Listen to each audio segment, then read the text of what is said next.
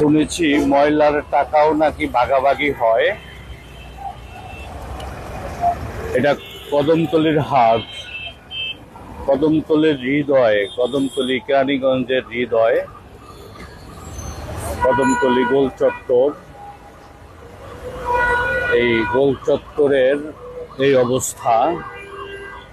কেরানীগঞ্জে প্রতিটি ইউনিয়নে ময়লা, বাসাবাড়ির ময়লা নেওয়ার জন্য প্রতি বছর টেন্ডার হয়, দলীয় বিবেচনায় টেন্ডার দেওয়া হয়। টেন্ডার অনুযায়ী বাসাবাড়ি থেকে ময়লা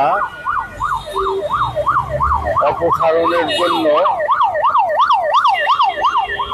150 টাকা থেকে শুরু করে 300 টাকা পর্যন্ত ময়লার বিল আদায় করা হয়।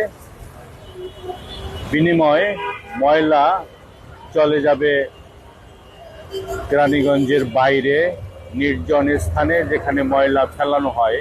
কিন্তু কি অবস্থা, ময়লা কোথায় ফেলছে দেখেন, ময়লা ফেলছে কোথায় দেখেন।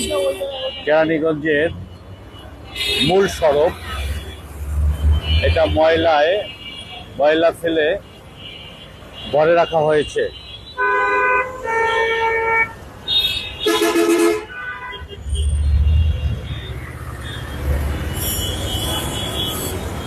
এদিকটা যদি দেখাই একই চিত্র,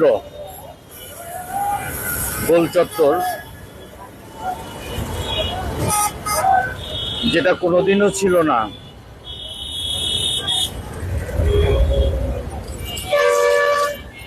ইতিপূর্বে কখনোই গোল চত্বরে ময়লা ফেলে এইভাবে সড়ক নষ্ট করা হয়নি। যা বর্তমানে চলছে, আশা করছি প্রশাসন উদ্যোগ নেবে, ময়লার টাকা ভাগাভাগি না করে ময়লা ফালানোর কাজে ব্যবহার হবে, এই প্রত্যাশা করছি।